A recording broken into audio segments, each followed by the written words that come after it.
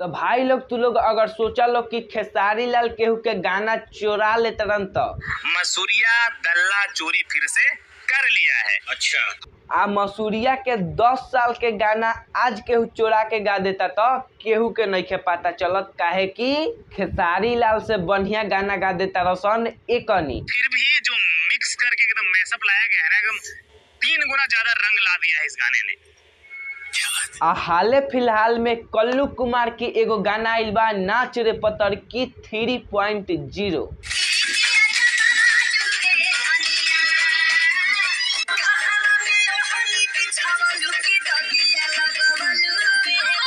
अरे भैया पगला ना मर्दे बताई दो मर्दे, तहरा ऊपर जौन अत्याचार होता उ तब बताए के पड़ी नु। लोग अभी लगन में हई गाना बहुत चलता।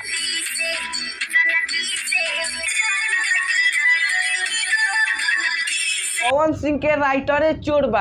अब पवन सिंह कहेलन की चोरी मैं नहीं करता, आप भोजपुरी इंडस्ट्री में केकर चोरी पवनवा करी रे। अभी एगो रिसेंट में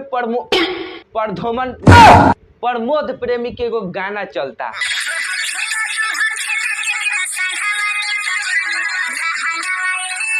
इहो गाना खेसारी लाल के हो जौन की प्रमोद प्रेमी चोरी कर ले बारन। आज जितना भी कलाकार बारन उ सब खेसारी लाल के पुरानका गाना चुरा के गा देता लोग, आ उनका लोग के गाना हिट हो जाता है। खेसारी लाल लोग जान गए लोग बोलो कि खेसारी लाल के दिल में कितना दुख बा। अब उहे अपन भूख मिटाओ तरन गाना फिल्म लगातार दे दे के सुपर हिट करवा के सारा लोग के वीडियो पसंद आल तो वीडियो के लाइक कर लो, चैनल के सब्सक्राइब कर लो। Tata bye by.